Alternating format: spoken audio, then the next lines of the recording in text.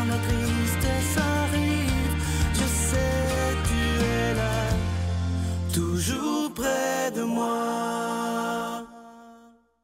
Bonjour, bienvenue à votre émission La Victoire de l'amour. J'espère que vous allez bien aujourd'hui, en ce beau vendredi. Et comme on le fait à toutes les semaines, on rejoint notre ami, il est psychologue, Pierre Faubert.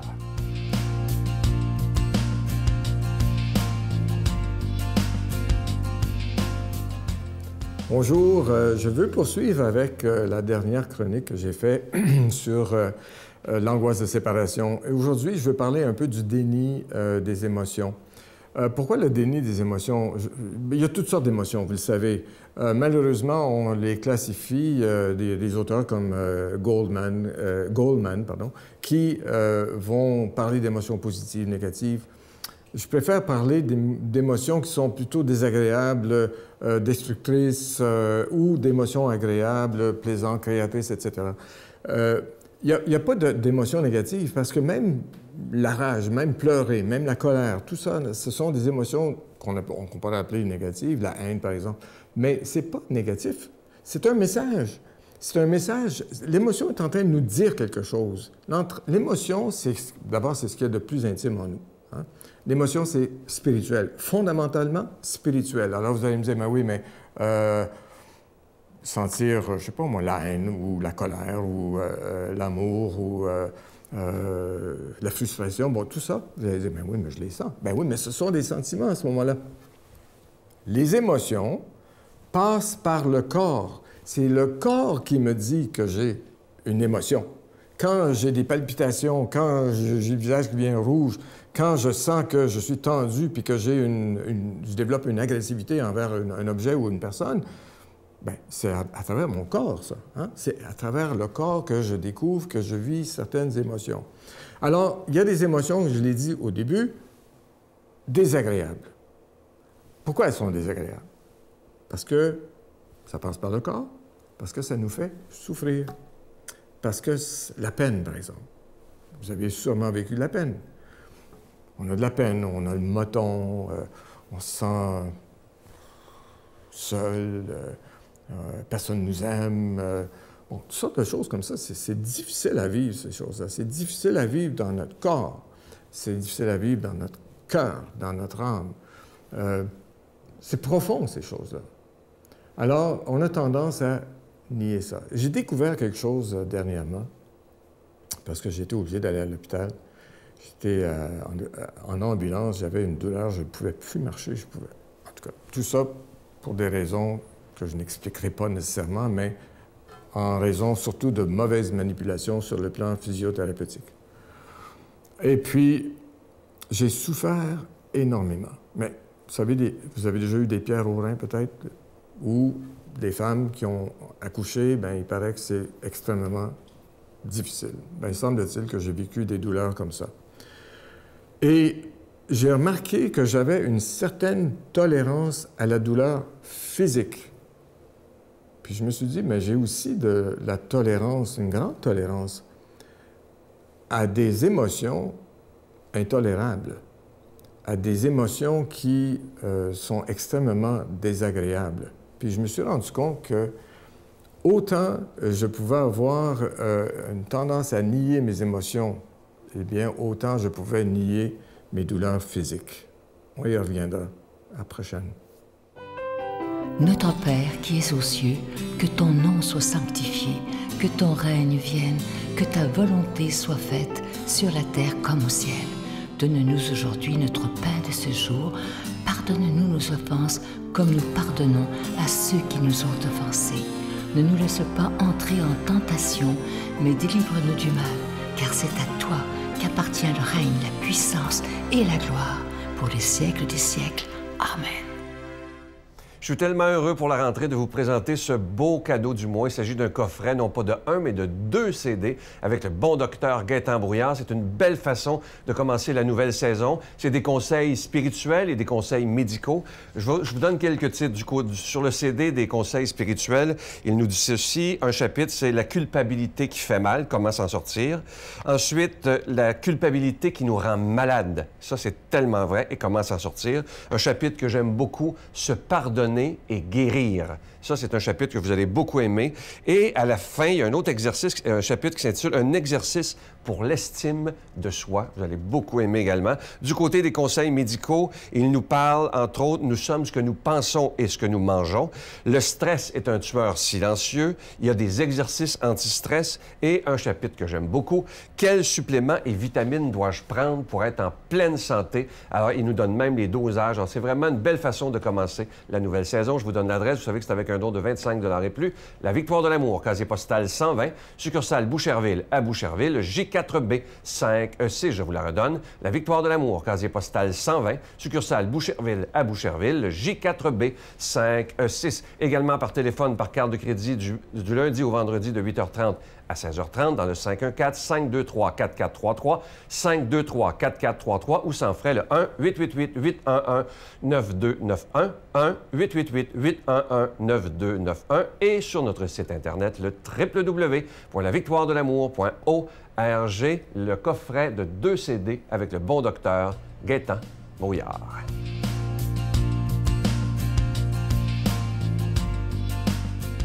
Mon Dieu, donnez-moi la sérénité d'accepter les choses que je ne peux changer, le courage de changer les choses que je peux et la sagesse d'en connaître la différence.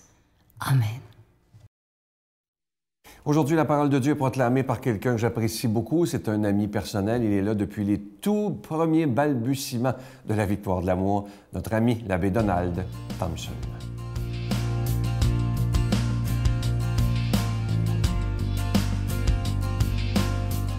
Bon matin. L'automne vient de débuter. Alors, aujourd'hui, on a un évangile, une page d'évangile qui est très courte dans Saint-Luc, chapitre 8, versets 1 à 3.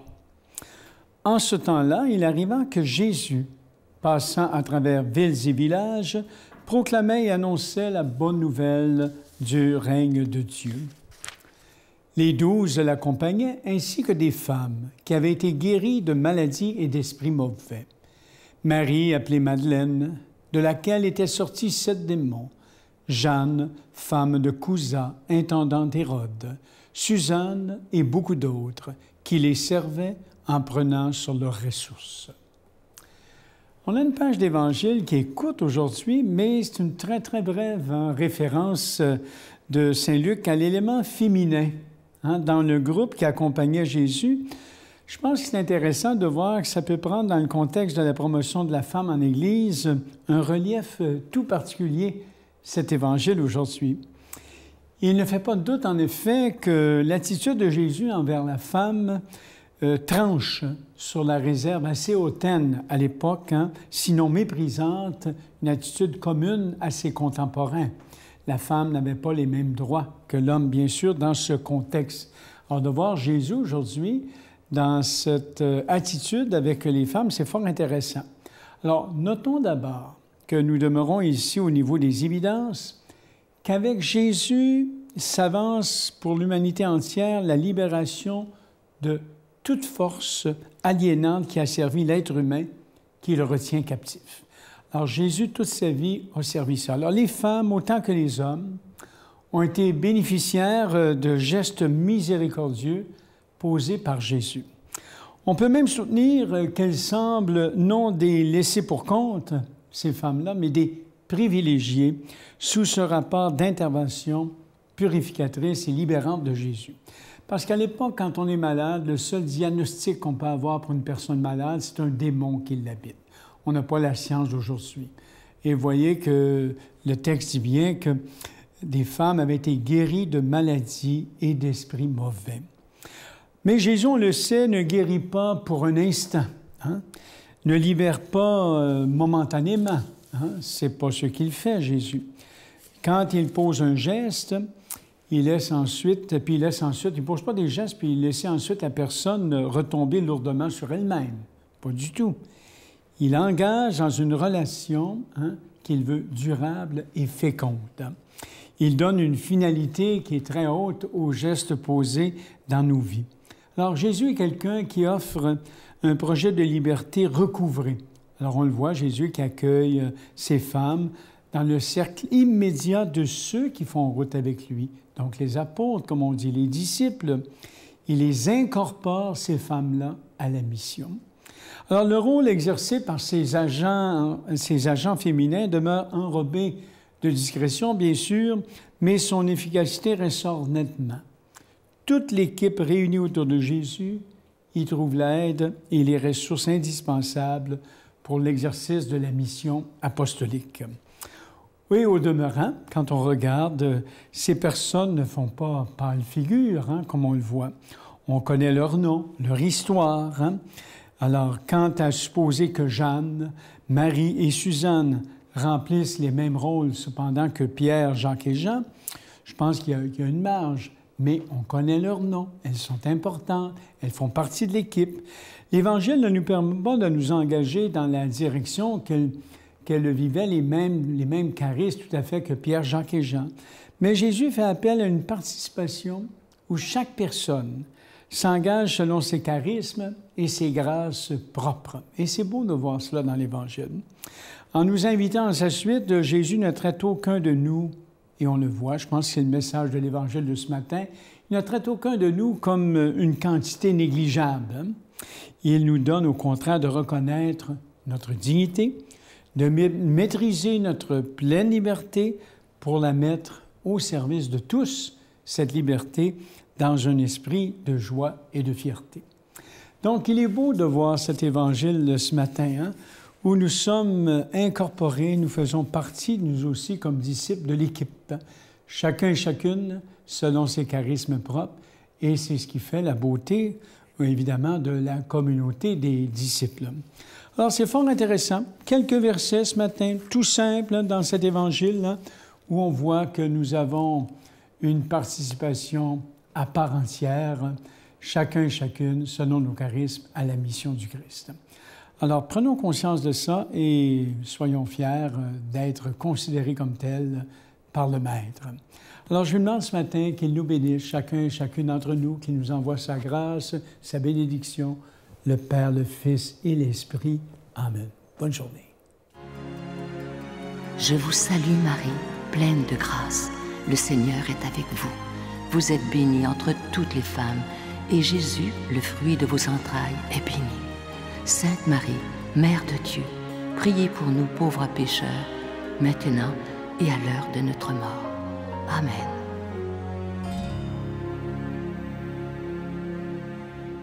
Le 1er décembre prochain, le Centre Vidéotron deviendra cathédrale.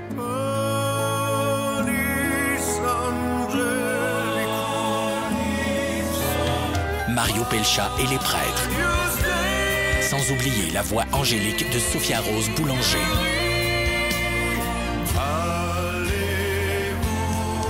Le 1er décembre prochain au Centre Vidéotron. Billets en vente maintenant sur gestev.com ou ticketmaster.ca.